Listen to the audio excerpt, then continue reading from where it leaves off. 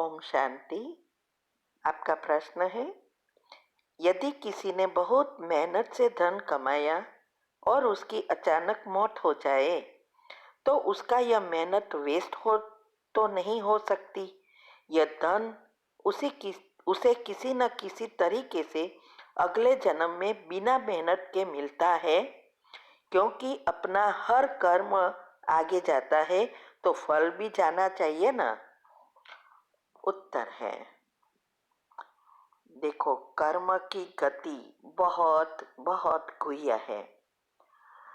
ये हर फ्राइडे जो हमारा वेबिनार चलता है, अभी 2 फ्राइडे से इसके ऊपर ही चलता है कि क्या है कर्म की गति और कैसे हम भाग्य बनाते हैं या बिगाड़ते हैं। अभी इस फ्राइडे को भी है, आप अटेंड करना तो आपको क्लियरली समझ में आएगा। और हमने यूट्यूब पर भी बहुत डिटेल से आध्यात्मिक रीति से रखा है, वो सुनो, तब आपको ये बात इजीली समझ में आ जाएगी। देखो, कर्म की गति में ऐसा नहीं है जो फल पे कौन सा फल फॉरवर्ड होता है, ये समझना है। तो देखो, मेहनत से धन कमाना, ये उसकी मेहनत करना, ये उसके हिसाब किताब में लिखा है। धन कमाया, लेकिन उसका उपयोग क्या किया, उसके ऊपर से नया कर्म बनता है। इसीलिए चाहे वो पैसा यूज करे या ना करे, ये जरूरी नहीं है कि आपने पैसा कमाया वो सब आप यूज करेंगे, उसका कोई दूसरे भी यूज करेंगे, उसके साथ हिसाब किताब है, और उसका दुरुपयोग भी करेंगे तो पाप भी बनेगा। तो अभी ये पैसा जो कमाया, जो भी मेहनत की, वो पिछला।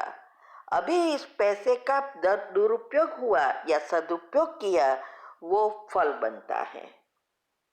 इसीलिए मेहनत वेस्ट जाना ना जाना, इससे कोई लेना देना नहीं है, लेकिन नया क्या किया वो आप फ्राइडे को अच्छी रीति समझना, यही समझ हम बताने जा रहे हैं। तो इसीलिए सिर्फ मेहनत करके कमा लिया और इसका मतलब ये नहीं है कि आपका पुण्य बन गया। तो मेहनत तो सब करते हैं ना, चाहे वो अच्छी रीति कमाते हैं चाहे बुरी रीति, मेहनत तो करनी ही पड़ती है। चोर चोरी करने जाता है तो चोरी करने के लिए भी मेहनत करनी पड़ती है। कोई ऊपर नीचे का काम करता है तो उसके लिए भी मेहनत तो करनी पड़ती है ना।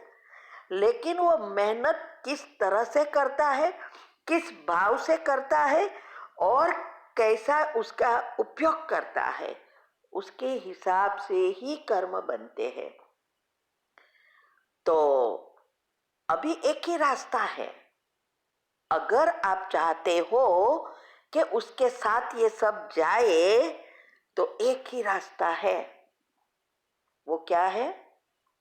इस पैसे का ऐसा सदुपयोग करके डोनेशन कर देना, पात्र देखकर। और अगर अभी तो हम बाबा के बच्चे हैं, हम जानते हैं कि दुनिया में एक का एक है, और उसमें भी आजकल कलयुग में उसके दुरुपयोग होना, माना गरीबों को देने से भी दुरुपयोग हो सकता है।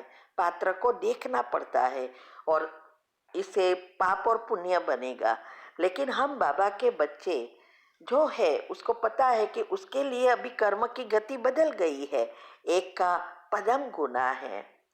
तो उसके लिए दुआ कमाना, वो दुआ ही उसके साथ जाएगी, धन नहीं जाएगा, स्थूल चीजें नहीं जाएगी, लेकिन ये दुआ उसके साथ जाएगी जो उसका आप सदुपयोग कर देंगे।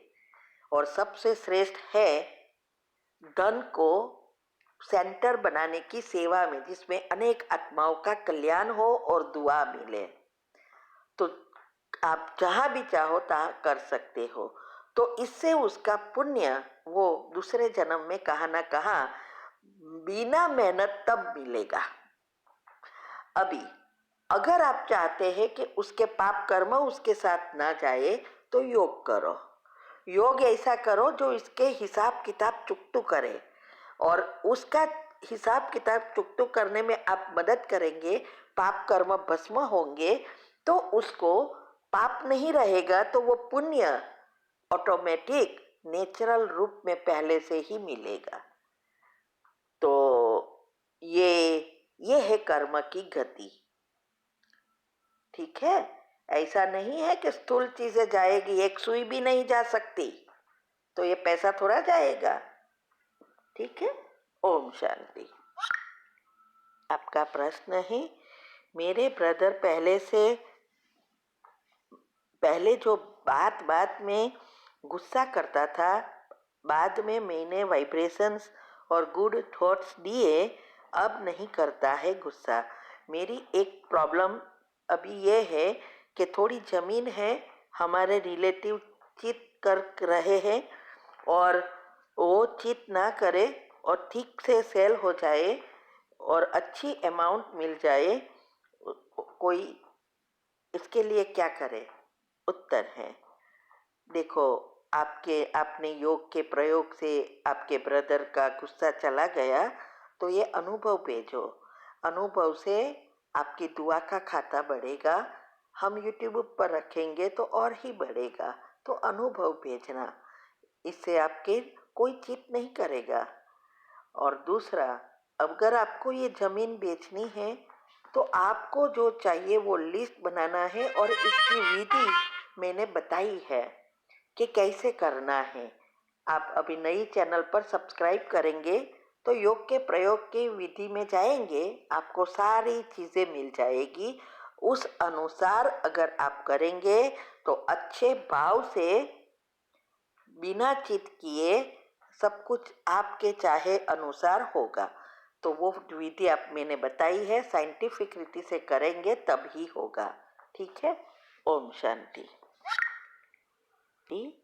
आपका प्रश्न है कि मैंने मेरे पति के लिए जो योग का प्रयोग किया, 21 दिन के बाद थोड़ा चेंजेस देखा, अभी 2 महीने के बाद ज़्यादा प्रैक्टिस किया तो हस्बैंड बहुत चेंज हो गए। अब मेरा सब कुछ मानता है, तो मैं अभी चाहती हूँ कि वो ही कर रहे हैं, सॉरी, मैं जो चाहती हूँ वही कर रहे हैं, इसके लिए थैंक्स। अभी मुझे घर चाहिए, बाबा के घर के आसपास। हस्बैंड फ्लैट देख रहे हैं, मुझे फ्लैट पसंद नहीं, घर या यहाँ फ्लोर चाहिए, वो भी ज़्यादा कॉस्टली नहीं होना चाहिए। तो कैसे बोलना है, सोचना है, वाइब्रेशंस देना है ताकि मेरा पसंद वाला घर आए। अभी हम रेंट में हैं, हमें 1 महीने में चाहिए, तो इतना जल्दी हो सकता है क्या? विधि बताइए। उत्तर है, पहले तो मैं ये कहूँगी कि आपका जो अनुभव आपने भेजा टाइटल के साथ अच्छी रीति भेजो, तो सब पढ़ेंगे, तो आपका दुआ का खाता बढ़ेगा। अगर हम यूट्यूब पर रखेंगे तो बहुत दुआएं मिलेगी, तो आपकी मनोकामना पूर्ण हो जाएगी, क्योंकि तीनों शरीर का साथ साथ खत्म करना है, स्थूल, सूक्ष्म और कारण।